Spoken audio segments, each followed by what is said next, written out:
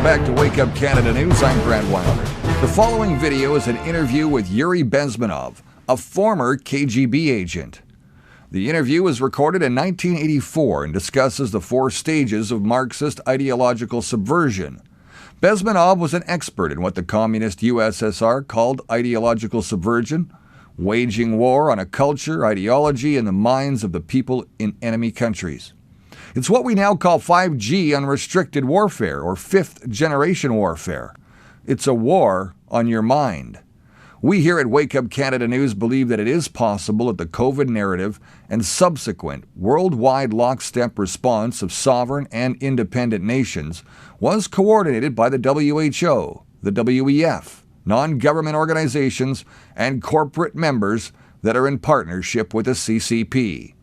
The cabal, also known as the elites, along in cooperation with the CCP and its Marxist communist regime, reveal its evil nature and intentions to expand its totalitarian control throughout the world by using the Chinese social credit system as a framework of control for a one-world government. The pandemic of 2020 was a wake-up call for all Western societies and the expansion of the CCP Marxist communist agenda, which some people just can't see.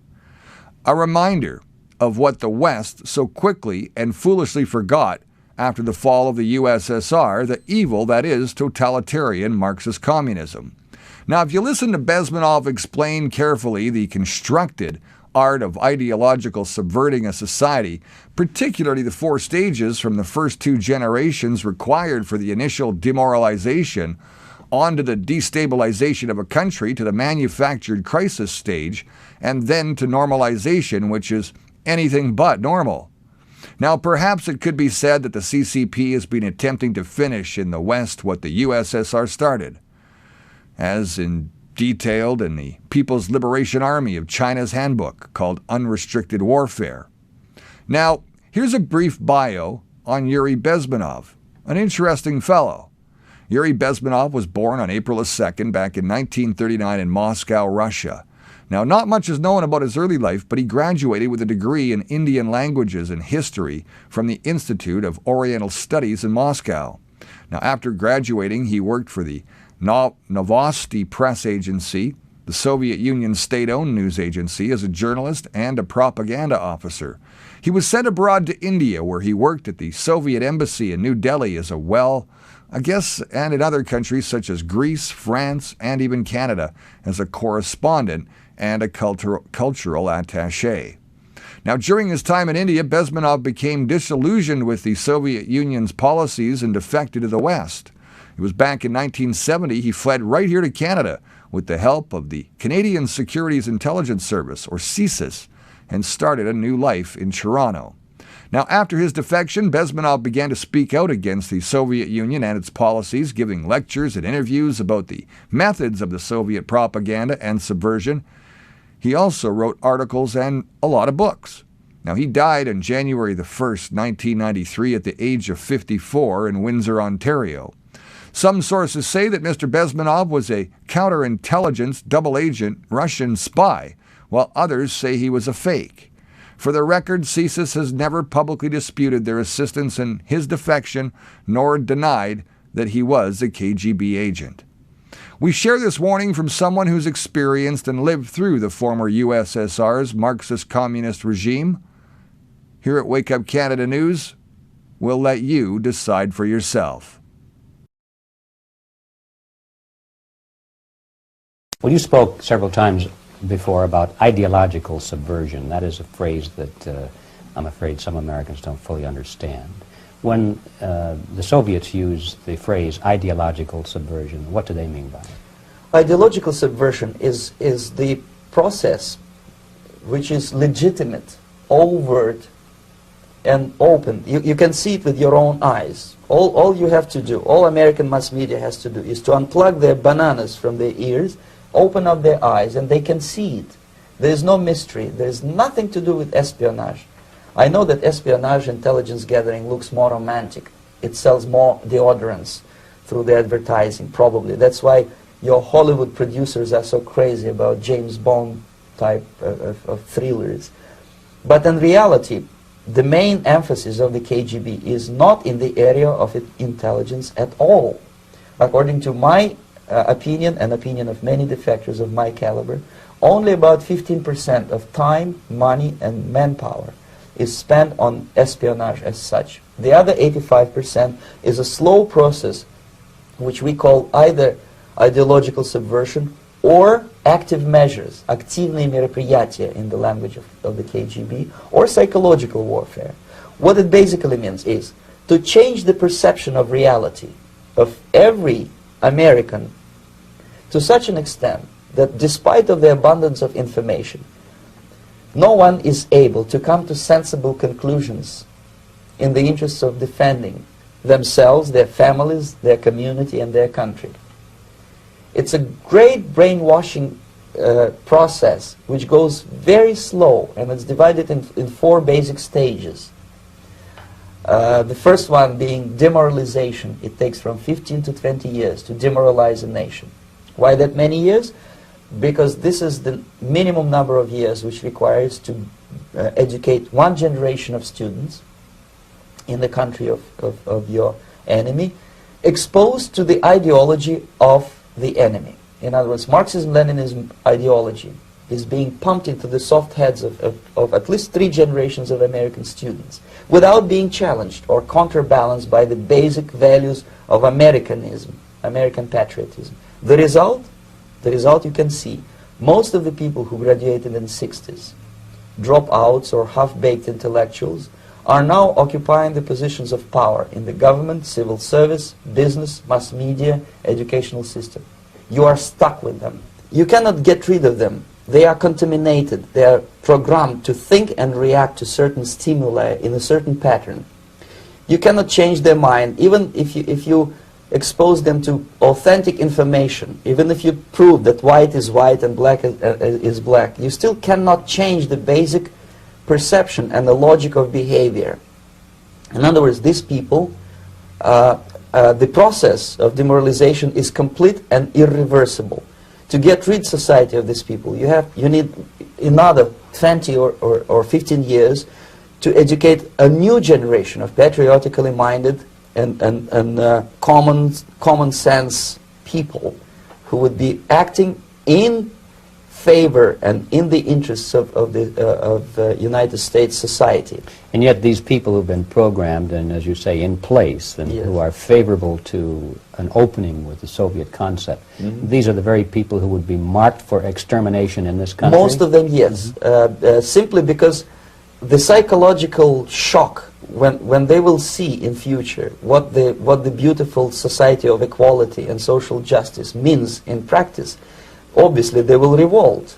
They will be very unhappy, frustrated people. And the Marxist-Leninist regime does not tolerate these people. Obviously they will join the links of dissenters, dissidents. Unlike in present United States, there will be no place for dissent in future Marxist-Leninist America.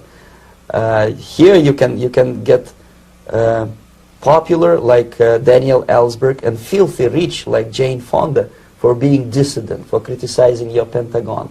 In future, these people will be simply squashed like cockroaches. Nobody is going to pay them nothing for their beautiful, noble ideas of equality. This they don't understand, and it will be greatest shock for them, of course.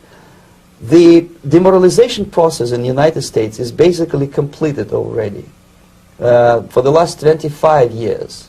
Actually, it's overfulfilled, because demoralization now reaches such areas where previously not even Comrade Andropov and all his experts would even dream of such a tremendous success. Most of it is done by Americans to Americans, thanks to lack of moral standards. As I mentioned before, exposure to true information does not matter anymore. A person who was demoralized is unable to assess true information. The facts tell nothing to him. Even if I shower him with information, with authentic proof, with documents, with pictures, even if I take him by force to the Soviet Union and show him concentration camp, he will refuse to believe it until he is going to receive a kick in his fat bottom. When a military boot crashes his, then he will understand, but not before that. That's the tragic of the situation of demoralization.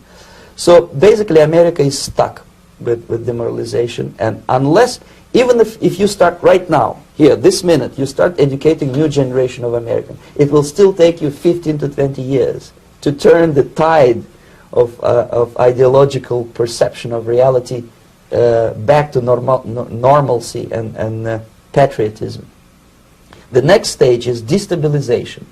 This time, subverter does not care about your ideas and the patterns of your consumption. Whether you eat junk food and get fat and flabby, it doesn't matter anymore. This time, and it takes only from 2 to 5 years to destabilize a nation, what matters is essentials: economy, foreign relations, defense systems.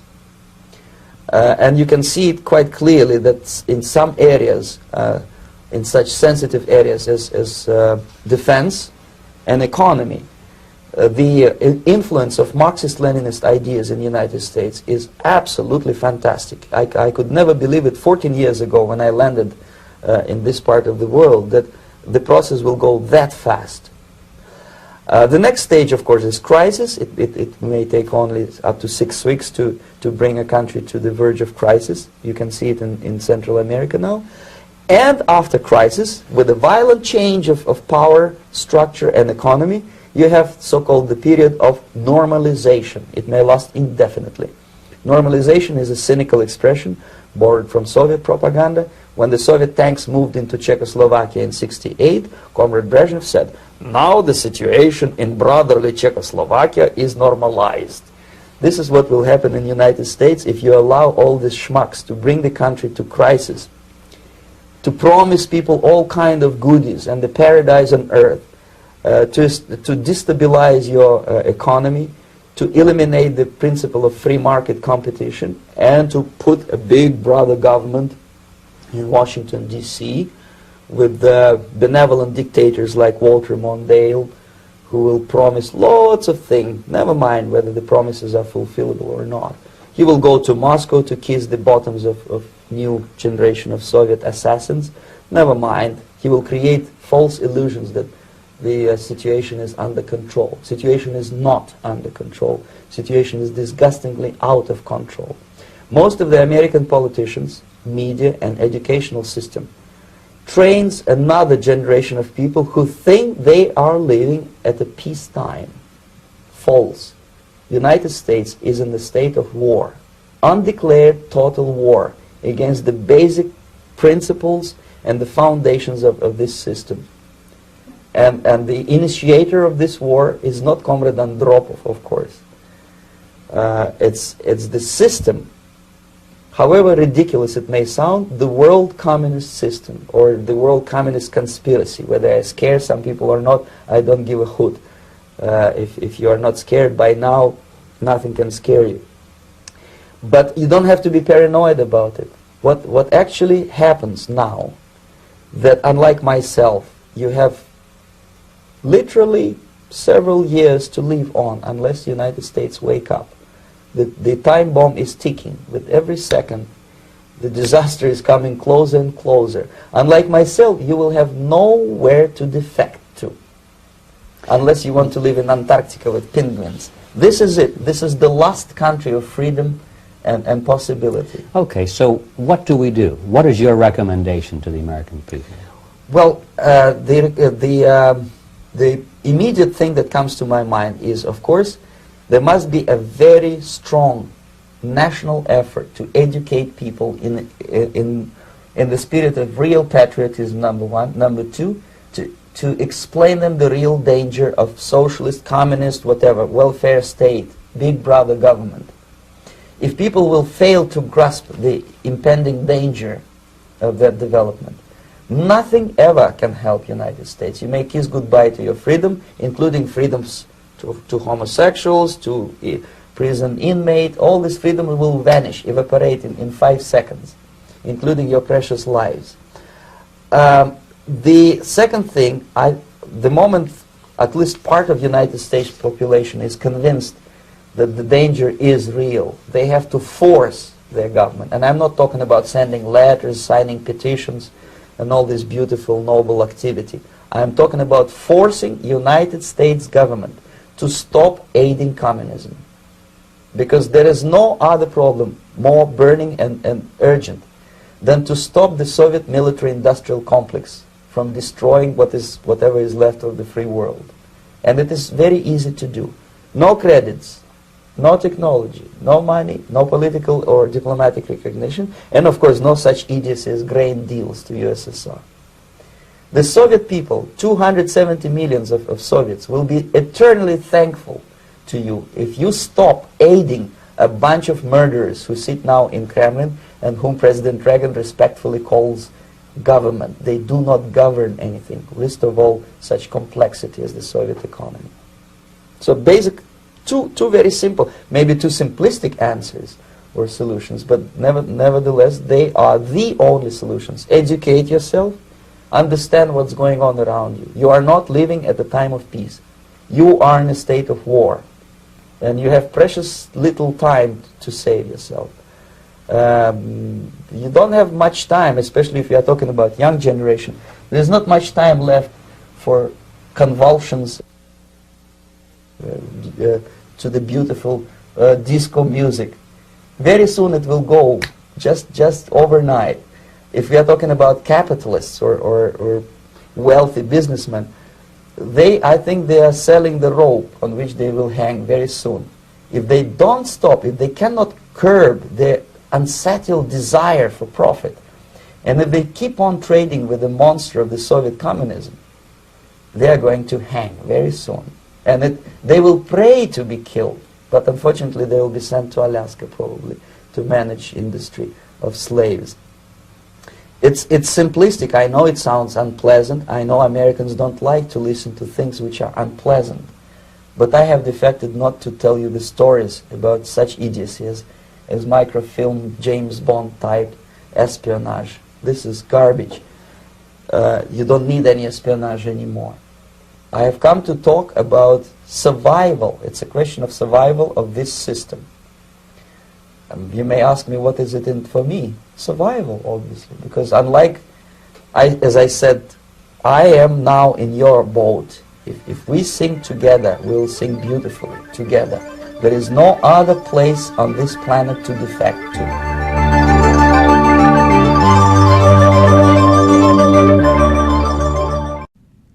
That was Yuri's explanation on how to subvert a culture. Can you see the similarities to what's going on here in North America today? We challenge you to look at the world with new eyes to see. I'm Brad Wilder. This piece was written by our wonderful journalist and researcher, Sane Lady. Till next time, remember you're the voice, and it's time to make it count. I'm Brad Wilder. Thanks for watching Wake Up Canada News. You can find us on BitChute at bitchute.com/Wake Up Canada News. We're also on Facebook as well. We'll see you next time.